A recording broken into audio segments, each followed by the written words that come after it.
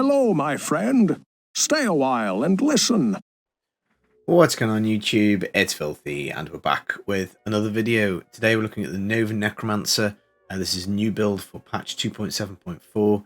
We are playing it on season 27, so we do have the slight benefits of an angelic power, a sanctified item. You don't need this at all, so it will work perfectly off season, and it doesn't really matter what sanctified power you get. It's a lazy build, it's a Vortex build. We suck enemies towards us and then blow them up with a Nova. A really fun build to play, one of my absolute favourites in the game. So yeah, we're going to go through that. Before we do get going though, as always, a thumbs up brightens my day. Now, the Trag'Ouls set has been reworked. It wasn't the starting set for the Necro. I did level the Necro 1 to 70 because it's just so fast. I then hopped onto the Demon Hunter. So this has been the build that I've been using to power up my Necromancer. So you'll notice a lot of the gear here is pretty scuffed. It's not very good at all. There's no double crits. Most of the stuff isn't ancient. There's no augments on it. But it absolutely trashes T16. And as I say, it's an awful lot of fun to play. Going over the bonuses, we're not going to take Siphon Blood at all in this build. I know people will ask why, because the set kind of revolves around Siphon Blood. But the issue you've got with the Siphon Blood is that it's just a little bit clunky. So when I right click, I will do Nova. My two Simulacrum will do Nova. And I get an instantaneous explosion, and it generally speaking wipes whatever is within that radius first time. With the Siphon Blood and the Funerary Pick, you have to take Siphon Blood on the bar, so we have to work in an extra skill. And it's quite clunky because we have to kind of wait for the proc to activate. If there's no target around, you can't fire off. I can fire off a Nova, whether something's behind me, in front of me, doesn't matter where my mouse is, I can just right click and it bangs it straight away. And we don't really need the damage, we don't need the stacking effect of the Funerary Pick at all, so we're not going to take Siphon Blood. We do have Blood Rush, we get all of the runes. Obviously for Torment 16, this really doesn't matter at all. It's extra armor, it's extra healing when you go through enemies. You leave a corpse which you can then devour. The health cost is removed and you get the 2 charges. We don't need to, I guess, worry too much. For T16 again, the 4-piece is pretty irrelevant. You can get up to 300% more life. Obviously that is just a ginormous loot pool. Health pool rather. Bear in mind that the Blood Nova costs 10% of your life, so if you've got a life pool of like 800k, then that's an 80k Nova. But if you've got a life pool of like 4 million, that's a 400,000 HP Nova. So you will need some recovery, because if you just blam this button repeatedly, eventually you'll get to the point where the skill will get grayed out and it won't let you cast it. Also going into the kind of life draining build, we've got the Haunted Visions, so the Simulacrums last forever, but obviously they do drain a percent of your life. So you've probably noticed in here we've got the Molten Wildebeest Gizzard Gem. This is a good source of sustain. Mine is only rank 65. I'm going to get this up to like 120, but it works absolutely fine at a level 25. That's what I was rocking for quite a while. And this just gives you life per second. It does also give you a shield, which we will be using with the squirts, because if the shield is up, then we do extra damage. Returning though to the 6-piece on the Trag'Ouls set, we get 10,000 increased damage from our life spending abilities. And if we did have a skill that healed us, we would get double the effect of healing. You can take Devour with the Cannibalize rune, and that will give you a 3% heal. So obviously the bigger your life pool, the higher this 3% is every time you consume a corpse. But you either have to hold the button down all the time if you're on console, or put it on numlock if you're on PC, or just perma-spam it. I'm really lazy, so I just put Devouring Aura on, and the only reason is to just consume corpses, and that is just simply to activate the Fueled by Death passive for 30% move speed. So we're not actually spending any essence, because again, going back to the Trags, on the 2-piece, the life spending abilities no longer cost essence, so our essence will never go down. But we do not necessarily have a source of sustain from Devour, because I just can't be bothered unlocking it. If you want to put up with a Necro going every time you come back to town, turning it on and off, by all means, knock yourself out. In terms of the main kicker item, Blood-Tide Blade, 400% extra damage to every enemy within 25 yards. That's quite a big radius. This modifier can easily hit like 4,000%. Which for T16 just completely crushes. even if you've got 2 enemies, 800% is just huge, and it will blow stuff up. Iron Rose has been changed. This is a really nice change. Again, there's a bunch of stuff here for Siphon Blood. We obviously would take that for GR speeds, which is maybe another guide for another day. But for T16, we don't. The only thing we have to worry about is we've got this Blood Nova stack. Each time we do 10% of our life lost, we get extra damage on Blood Nova, capping out at like 500%. So initially in the Rift, you want to kind of get this bonus up before going straight in, because 500% Nova, if you get you might Vortex like an elite with a nasty affix or something like that. So at least if this is up, you can one blast it, and then it's not going to proc you cheat death before you get any gold. But yeah, that's how that works. We've also gone for the Trag'Ouls Corroded Fang. Any enemy that is cursed gets 200% extra damage. Again, I know people will ask, how about the Scythe of the Cycle? By all means, you can take this. I find it pretty annoying to play with, because every time you cast your Nova, you take 4 seconds off your Bone Armor duration. Bone Armor has to be up for your 400% modifier. So whilst the modifier is twice as big, it's just far more convenient to play with the Trag'Ouls Corroded Fang, because we don't have to worry about Bone Armor dropping, because it's not linked to that at all. If you're struggling for damage, which you really shouldn't be, but if you are, because maybe you've got like a 500 Paragon character or something like that, then yes, you can take the Scythe of the Cycle. You just need to keep hitting your Bone Armor. But yeah, for sheer convenience, I think the Trag'Ouls Corroded Fang is the way to go. This is the item I've sanctified. Obviously, it's got a modifier, so we want to max that out. Damage is obviously very handy. And there's only one power that affects this build. Hitting enemies with Death Nova 5 consecutive times will launch some spirits that will do a bit more damage for you. Honestly, you'll probably only ever see this at the Rift Guardian, and that is if you're lucky, if there's nothing else around. So very, very often, very rarely will you actually see the spirit. So you don't really need this. It's not worth worrying about, but it could be useful. For bounties, I will show you bounty spec with this, and it's probably more important then, because you do a lot of single target attacking against bosses with decent health pools and stuff like that. Rounding us out, we've got the Crispin Sentence. This is just pretty much double damage all the way. Stuff gets Vortex towards us. The Bane of the Trapped and that Vortex mechanic will activate the double damage. Bane of the Trapped gives us a bit more damage. When we want to get the triple damage from the Crispins, we have the on-demand stun from Bone Armor Dislocation. Again, that's why it's kind of nice to not be on Scythe of the Cycle, because you pop this once, it lasts for 60 seconds. You can just pop it whenever you want to stun. Handy for the Rift Guardian, because obviously the Crispins does a lot of heavy lifting on single target. And as I say, we're not going for Siphon Blood or the extra damage mechanic from that. The Squirts will give us double damage. We just have to pick up gold, and the shield from the Gizzard will hold. If you don't take the Gizzard gem, you won't keep up your Squirts, because you'll take incoming damage a lot, because you're sucking stuff towards you, and it will essentially be useless. You can do Convention of Elements. That is, in essence, a double damage mod for this build, because the Necro's only got 3 elements, but it's not as consistent because it only works on physical, whereas the Squirts works the whole time. Now, the Haunted Visions necklace is annoying to get, so before you do get that, by all means, stick your Squirts on your character, put your Seaweed in the cube, or Crispins in the cube, or whatever it is, and that'll do you absolutely fine. But I just like the extra coverage of the Simulacrum, and we get 3 Novas for the price of 1, so I do like that an awful lot.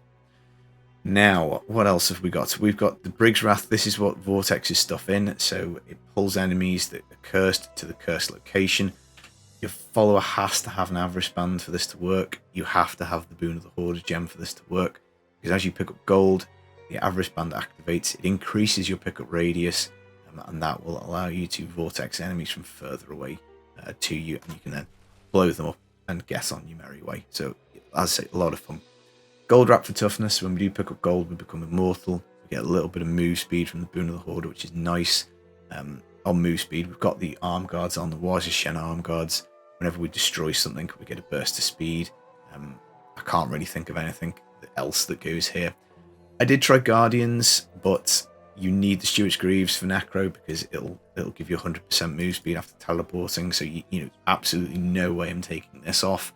And then if I take these out and put them on the character, you know, and do the guardians and then the gold drop in the cube.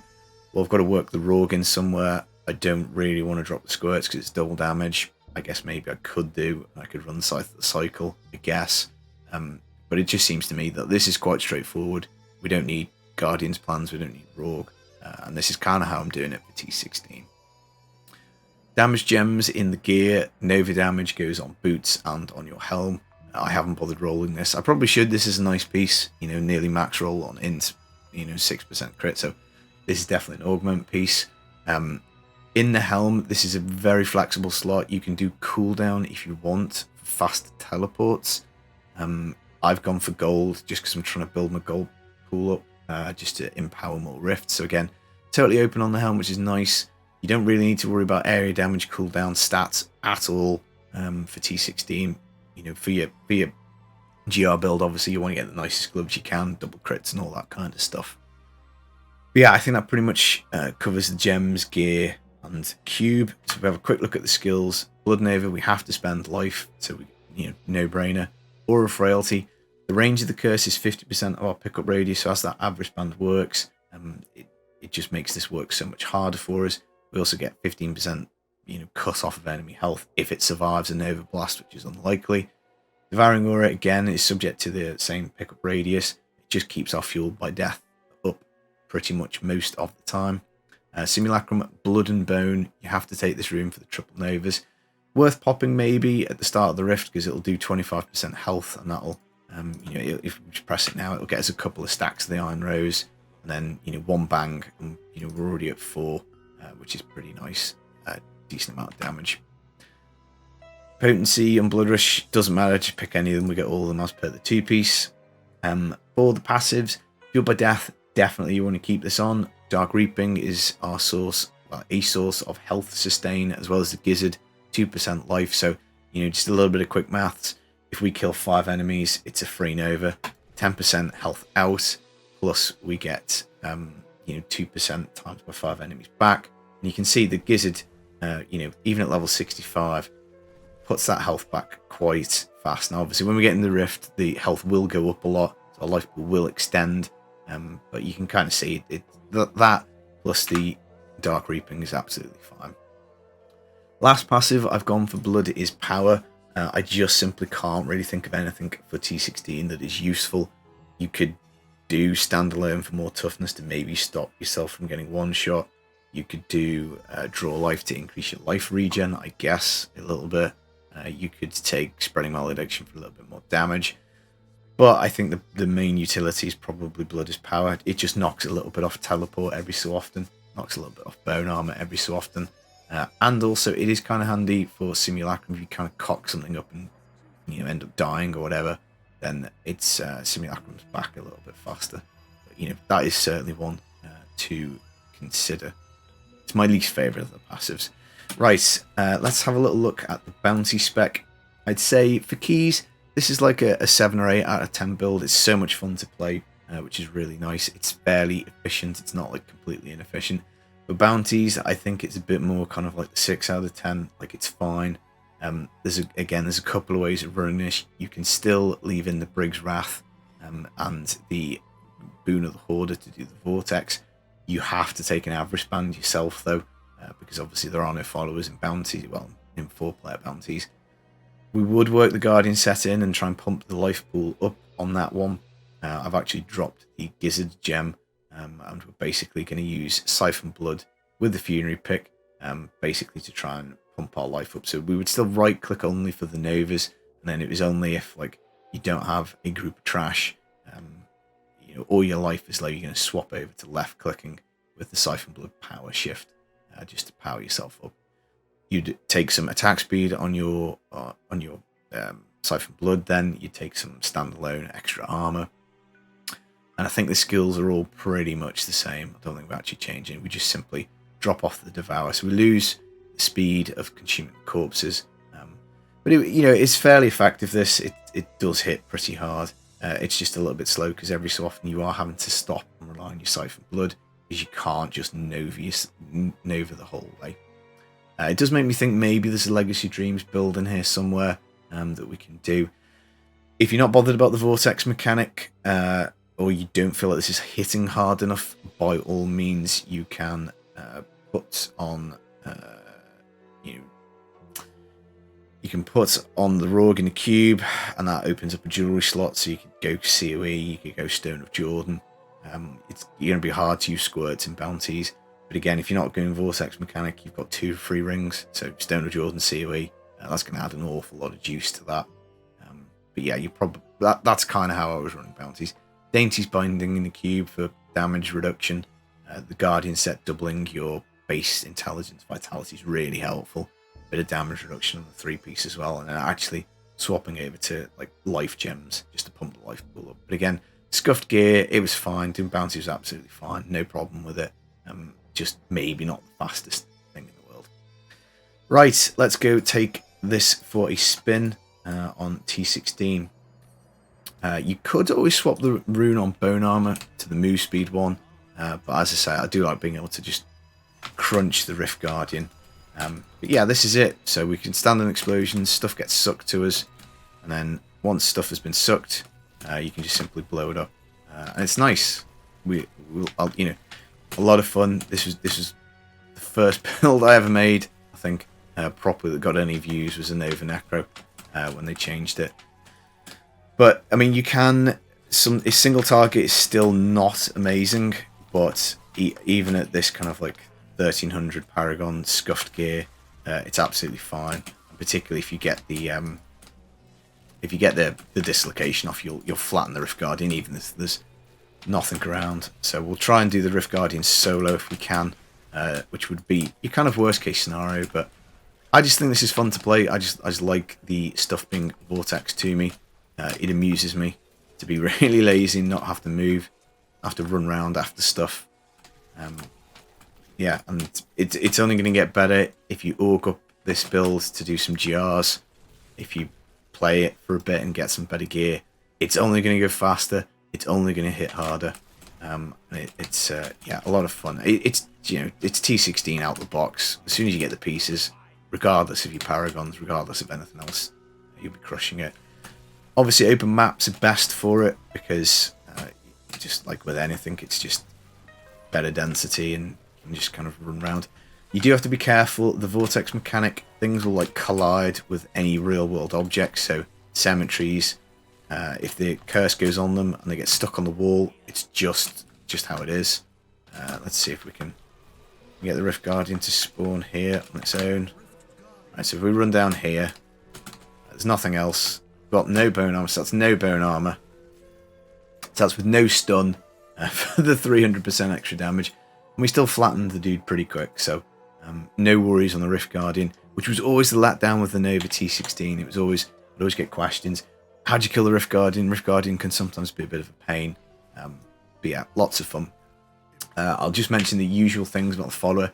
Get the cane set on there with the Rogue, and it's extra keys, hopefully, if you're lucky. Flavor time, obviously, for the extra pylons. If you're just doing T16, Gloves of Worship are a great item. Make those shrines last 10 minutes. You know, we'd have 10 minutes of extra goodie bonus now, which is pretty good. But yeah, lots of fun playing this. I'm going to try Rathma for keys. I think that might be fun with the automatic army of the dead. I don't know if it's going to work. That's kind of the next plan I've got. And we're going to do some GR with this because it looks like it goes obscenely high this season. So that's going to be a lot of fun. Right, I hope you enjoyed it. I'll be back with some more videos soon. Take it easy. Peace.